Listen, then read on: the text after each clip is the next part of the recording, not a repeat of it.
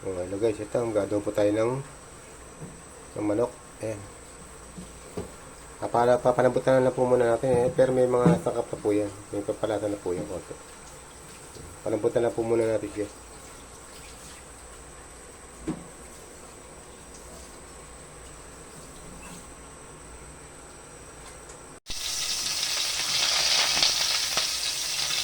Okay, kung mag-adobo tayo piprito muna natin para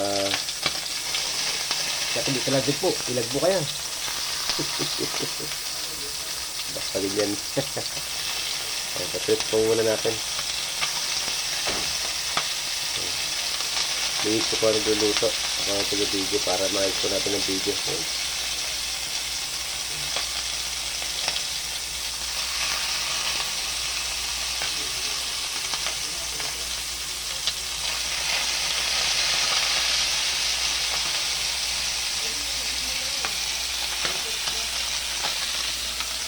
Ito kasi napalambutan na po namin yan.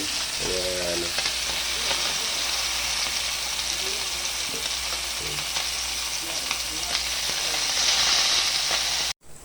Okay, guys, ito. Gigisa na tayo ng bawang. Sibuyas.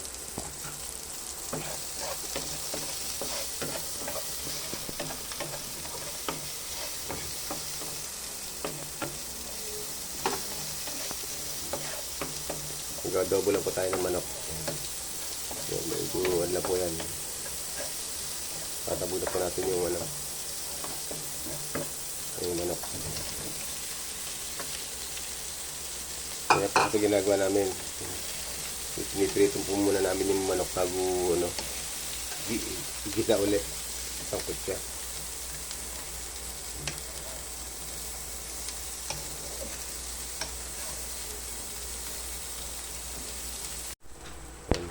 Talagyan na po natin siya ng ano, yung pinagpakulo ng ano, ng manok.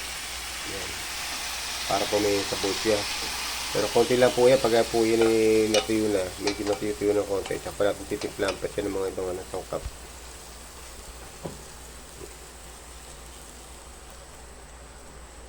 So, may tsura pa lang, mukhang masarap na po. Hindi pa po luto yan. Ito po.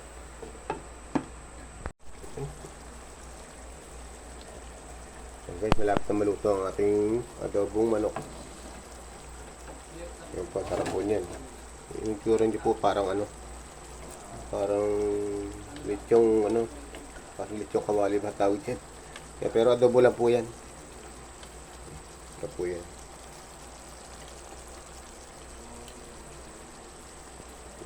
Sarap po sa kanin to, kahit sa baho na kanin. Sarap po ito sa baho na kanin.